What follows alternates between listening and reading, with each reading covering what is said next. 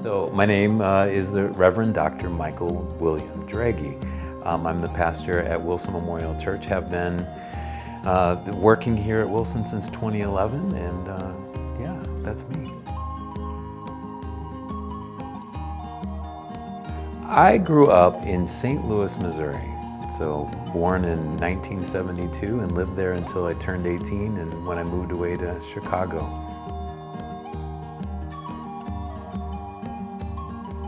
I admit it was New York City because even from a kid, I've always been fascinated with New York.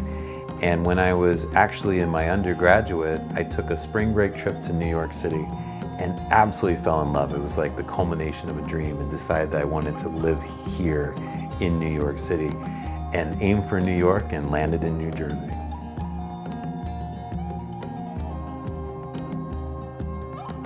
How I first heard about Wilson Memorial Church is like so many people who tell me even today, oh, that's the church I passed on the way to 78. And say, of course, yeah, we're the church that you passed. So I passed it for years. And then one day I ran into a church member here who said to me, so we just lost our youth minister, and I know that you're some kind of youth ministry guy, right? And I said, yeah, absolutely, I'm one of these youth ministry guys. And he said, would you be willing to come in and just apply? And so that's truly the first time I ever walked into Wilson Memorial Church, but I heard about it for years. Well, I came on in a hybrid role. My first duty at Wilson Memorial Church was a hybrid role. I was, first of all, the youth minister here, as I mentioned, taking over from their last youth minister. But in order to bring me on, they also gave me the responsibilities of what's called the sexton, which is basically the custodian of the church. So my responsibility was half youth ministry, half taking care of the buildings and grounds. But it gave me this great opportunity to meet a wide selection of the congregation rather than just those who might be involved with youth ministry, to be there to host weddings and funerals and events. So I got to really be involved in everything that was happening at the church as a result of that dual role. So I was really grateful for it.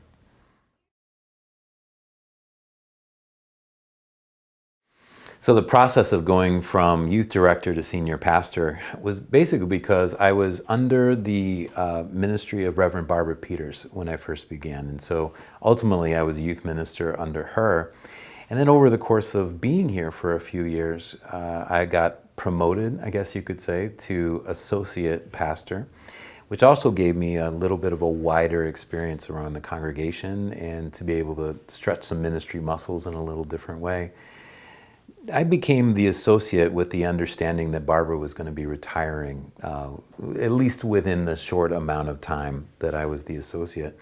And it gave me the opportunity to ask some questions of, am I ready to move from youth ministry, which I loved and still love, still involved in it to some capacity to this day, to senior pastorate. But after being here a while, I started to realize that a lot of the youth that I was spending time with were now becoming young adults. And becoming a senior pastor gave me the opportunity to bridge that gap between youth and the greater congregation, and I've loved it. I've really loved it. Some of the things began when I was a youth minister, like taking a mission trip down to Camden, New Jersey, being involved in ministries such as we have a connection with a group in Haiti that we're involved in. We haven't been able to go to Haiti for quite a while just because of the unrest there.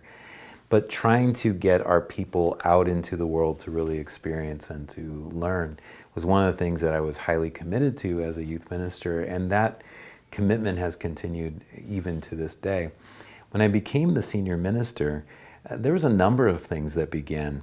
One of the big ones that is the most fun is the annual gala that gives everyone the opportunity to not only celebrate the past year, but to look forward and to get everyone excited about their vision for the future.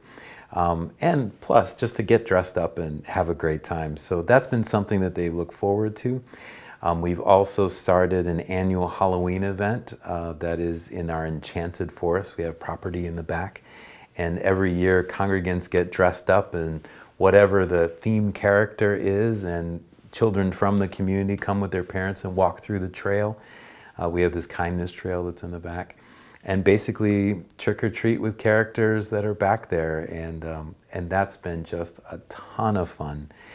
But I also say, like so many churches like us, one of the biggest things that's happened is this new online presence that we have so many people that worship with us online. They can't make it here, but show up faithfully every single week, and some pretty far-flung that would love to stay connected to Wilson, living in southwestern United States, and even some countries, non-US countries, that meet with us every single week. So those are some of the big areas that I've been excited to see while I've been pastor here.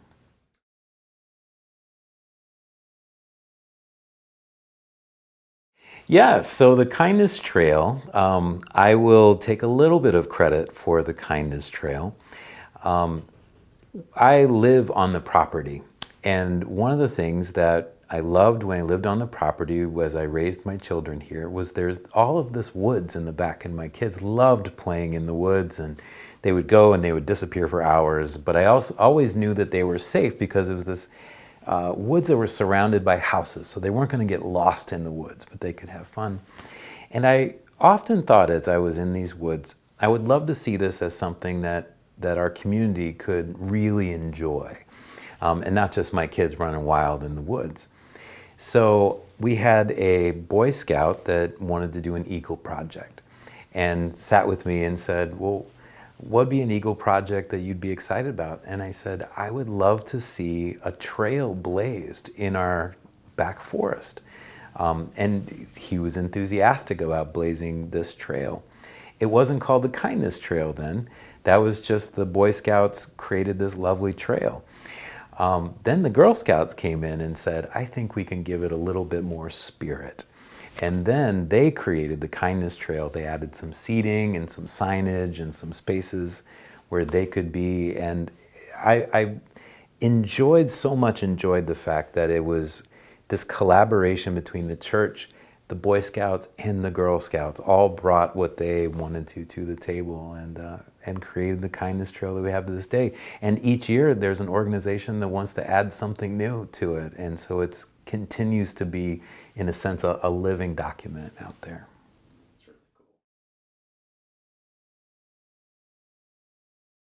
Wilson U kind of grew out of, I think, who I am as a person. I am highly committed to education, and academics is something that I love for myself personally. And so I wanted, as pastor, to have an educated congregation, or at least to give people the opportunity for education. People like me have the opportunity to go to seminary and have all kinds of education in theology and biblical studies and all kinds of things. But often your average congregant doesn't have that kind of opportunity. So in a sense, it was an opportunity for the congregation to experience graduate level education, but done in such a way that was accessible. So a full semester course might be shrunk down into 4 weeks, and it's collaborative and online, and we try and make it fun. So it's really an opportunity to bring the academy to the congregation, and it's been really successful.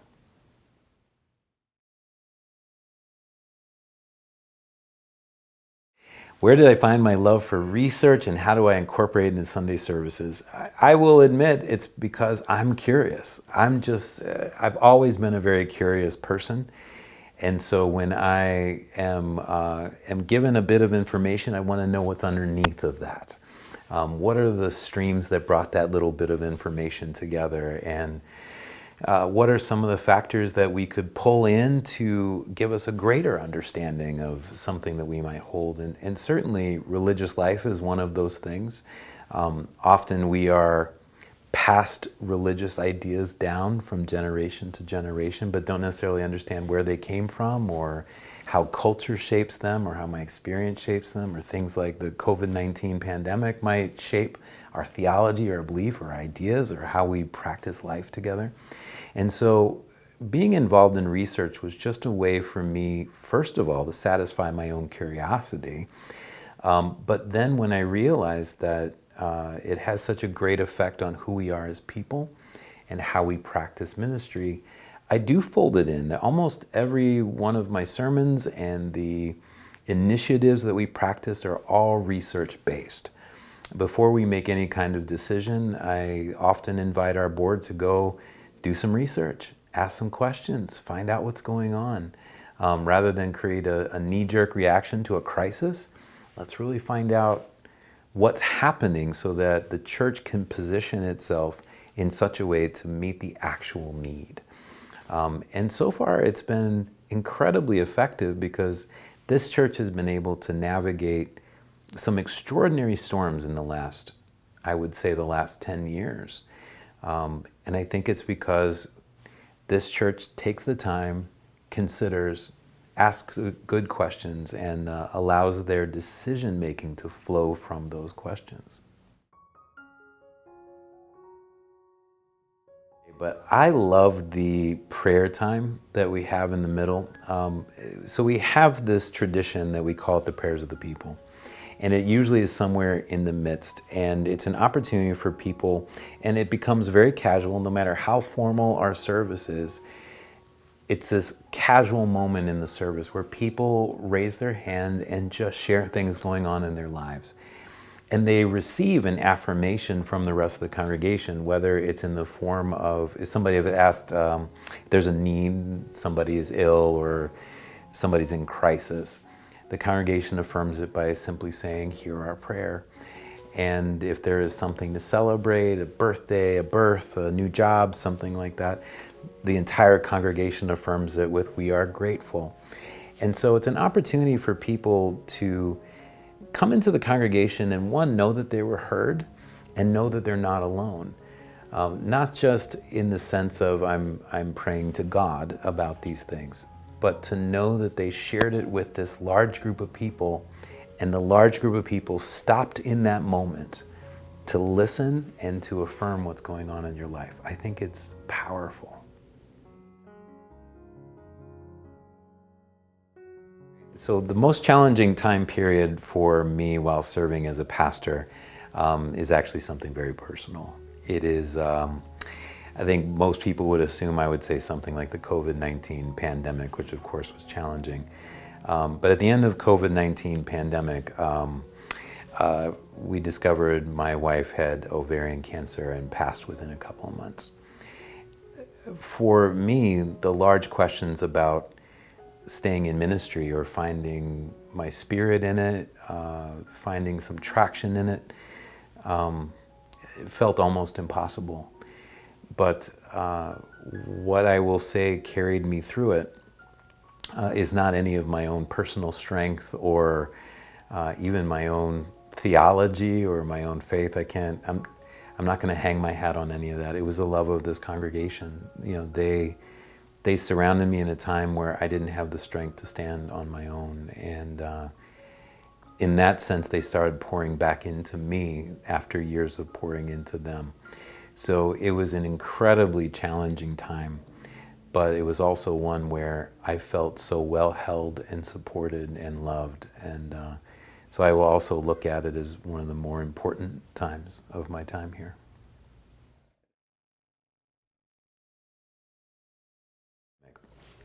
We had made some very weak attempts to be involved in social media, and it was mainly in the area of youth ministry. So trying to find those places that kept people connected in an asynchronous way. But the COVID-19 pandemic launched us into where we probably should have already been. And I think for a lot of congregations, we realized we should have been online before the COVID-19 pandemic. But with it, it became really important for us to keep the congregation connected. We never saw ourselves as becoming an online church by any stretch of the imagination. We thought it was just going to be temporary. In fact, like a lot of us during the COVID-19 pandemic, we said, hey, we'll be back in a couple of weeks, and that just, of course, did not occur. So, and again, this congregation committed to holding all of its people together, invested in good equipment and personnel in order to make sure that everybody had access to these services during this time of crisis. And then we found we just have continued. We continued to keep people connected. So COVID, as difficult as it was, taught us so much about how we keep people connected. And instead of waiting for them to come to us, how we can go to them. And I think it was this incredibly important thing for us to learn as a church.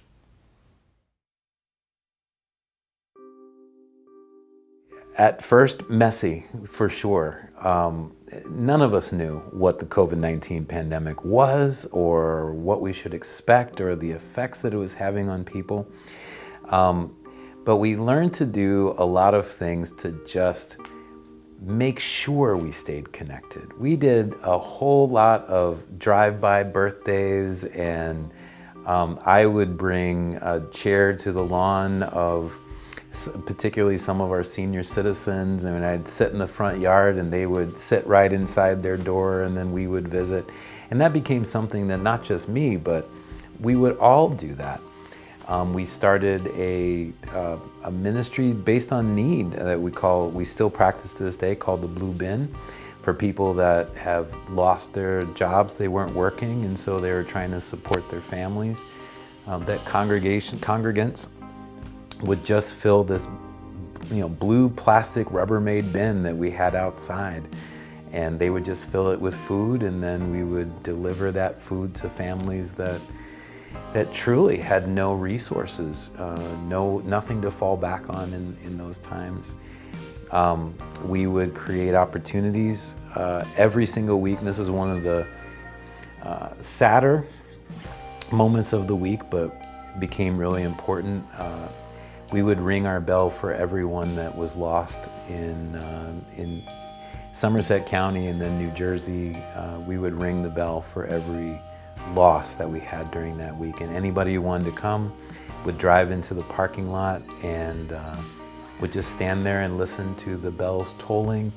And we couldn't greet each other, like we couldn't hug or we couldn't do anything. We would all stand far apart just listening to the toll of the bells, give each other loving eyes, and then drive home. And I remember one of the most meaningful moments was at that point we were up to 40 bell rings at some point, and it was pouring down rain, and I remember walking outside thinking there would be absolutely nobody there, and there was one neighbor standing in the rain, just head bowed, just honoring this sacred moment. And so there are lots of different ways of doing that, giving people opportunities to not only be fed or to be encouraged, but we felt it was really important to give people opportunities to grieve, to feel the loss and to not feel alone in the grief.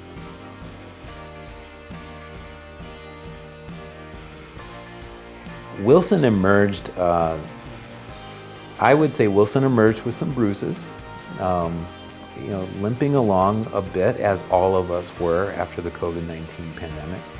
But what I will give Wilson credit for, it emerged a lot more adaptable, very nimble, and asking itself some extraordinary questions about who it's going to be in this new era. I think the COVID-19 pandemic showed us all that we were in a new world. And it was a world that was here prior to COVID-19, but we were happy to still be practicing some old ways. COVID-19 wiped all those away. And so we were forced to ask questions about, so who is here in Watchung? How do people function? What are their longings? What are their losses? What are they celebrating? What are they grieving? And it allowed us to really think about the heart of Wilson and what our mission is. And those were some challenging times, because there were, of course, folks that wanted us to go right back to where we were, and it was hard. It was hard to tell them, and it was hard to convince them that the world that they knew is not coming back. But this church has risen to the challenge and has kept its mission of love and commitment, and continues to ask the question of what that means. And I will forever honor the season of COVID-19 as difficult as it was, that really shook Wilson into that space.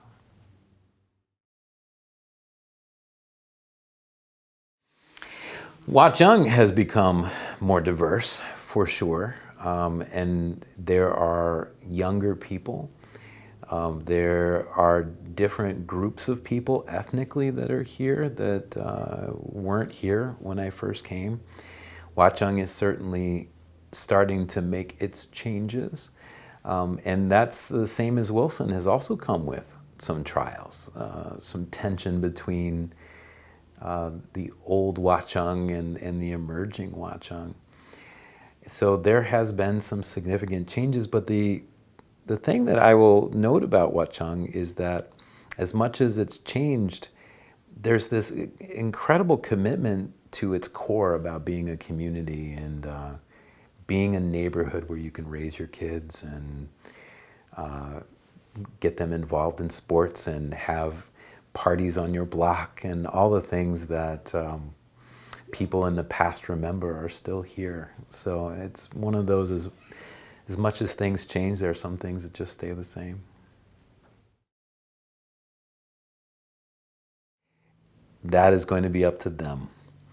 I think that right now they have all the tools that they need to face the challenges of what is coming in the 21st century. We are in a season where people are experiencing more liberties and more freedoms and asking hard questions of religious communities about who is included in the life of faith. And Wilson is uniquely poised to be this place where people feel included and welcomed, and to be able to face the future with this incredible amount of grace and faith. I tell the congregation all the time that if you're willing to, your best days are still ahead of you. Your best days are not in the past, they're in the future. And they've gone through so much through the COVID-19 pandemic that has allowed that adaptability and that change, and I'm excited for Wilson's future. This is that moment where you can take a little credit, right? You can pat yourself on the back. I was part of helping Wilson create that sense of adaptability, to become more progressive, to become more inclusive, and to really ask those hard questions, to not just think about how things have always been, but to prayerfully consider what it is that they are called to do the good research that they need to do to be able to go there, and to also have the courage to face it, because it requires an incredible amount of courage to move into change, particularly if you've got people trying to do everything they can to stop the change. I will take credit for that ability, and that's part of my legacy here, is to really make them a curious church and a progressive church and an inclusive church.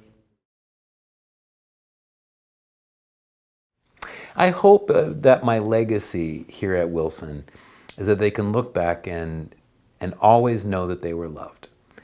That whether they agreed with me or disagreed with me, I think that there's no one that can debate if they were loved by me. And as a result, to be able to learn how to really love other people, that what it looks like to love people, and to love people that are different than you, who might disagree with you politically or culturally, that love is what matters. What will I miss the most about Wilson? I will miss the community. Wilson has become my family over the last almost 14 years, has been a family. I have raised all of my children here. I married and I buried my wife here. I started my journey in higher education here. this has been this launching part for the best years of my life, and I will miss this supportive community that has always truly been family to me.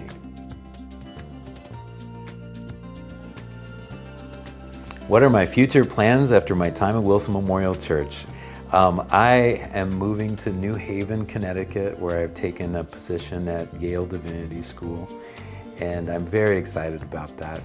I am looking forward to taking the last 30 plus years of ministry life and curiosity and research, and to be able to take it into the academy to teach the next generation of people who were like me 30 years ago, to be able to help them wrestle with questions and to equip them to be able to get into congregations to do really good work.